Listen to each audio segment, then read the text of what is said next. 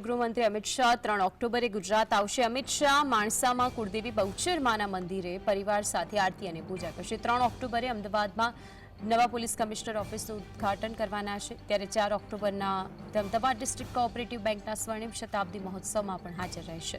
CM Bhupendra Patel અને મંત્રી જગદીશ પંચાલ પણ એડીસી બેંકના કાર્યક્રમમાં ઉપસ્થિત રહેશે। ગાંધીનગર લોકસભાના અનેક ખાતમુહૂર્ત અને લોકાર્પણ કાર્યક્રમમાં તેમની હાજરી રહેશે।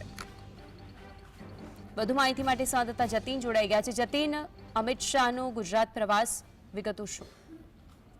કેન્દ્રીય ગૃહમંત્રી અમિત શાહ ગુજરાત આવવાના છે। તેઓ આવનારા 2 દિવસ માટે ગુજરાત પ્રવાસે છે। ત્યારે તેઓ 3 ઓક્ટોબરના રોજ તેઓ બપોરે અમદાવાદ ખાતે એરપોર્ટ આવશે। સીધા જ માણસા જશે। માણસા કુળદેવી બહુચરા માતાજીના મંદિર ખાતે પરિવાર સાથે તેઓ આરતી અને પૂજા કરશે। ત્યારબાદ સાંજના સમયે અમદાવાદની સીપી ઓફિસની નવીકરણ જે છે તે કરવાના છે। નવી બનાવી સીપી ઓફિસ પોલીસ કમિશનર કચેરી જે છે તેનું લોકાર્પણ જે છે તે કરવાના છે। ત્યારબાદ 4 તારીખે સવારે 11 કલાકે જી અમદાવાદ ડિસ્ટ્રિક્ટ કોઓપરેટિવ બેંકનું સ્વર્ણિમ શતાબ્દી જે મહોત્સવનું આયોજન કરવામાં આવ્યું છે તેની અંદર જગદીશ પંચાલ તેમજ મુખ્યમંત્રી ભૂપેન્દ્ર પટેલની સાથે હાજરી આપશે। મહત્વની વાત છે કે એડીસી બેંકના 100 વર્ષ પૂરા થતાની સાથે જ આ પ્રકારનું આયોજન જે છે તે કરવામાં આવ્યું છે। આમ કહી શકાય કે કેન્દ્રીય ગૃહમંત્રી અમિત શાહ જે છે તે 2 દિવસ ગુજરાત પ્રવાસે આવી રહ્યા છે।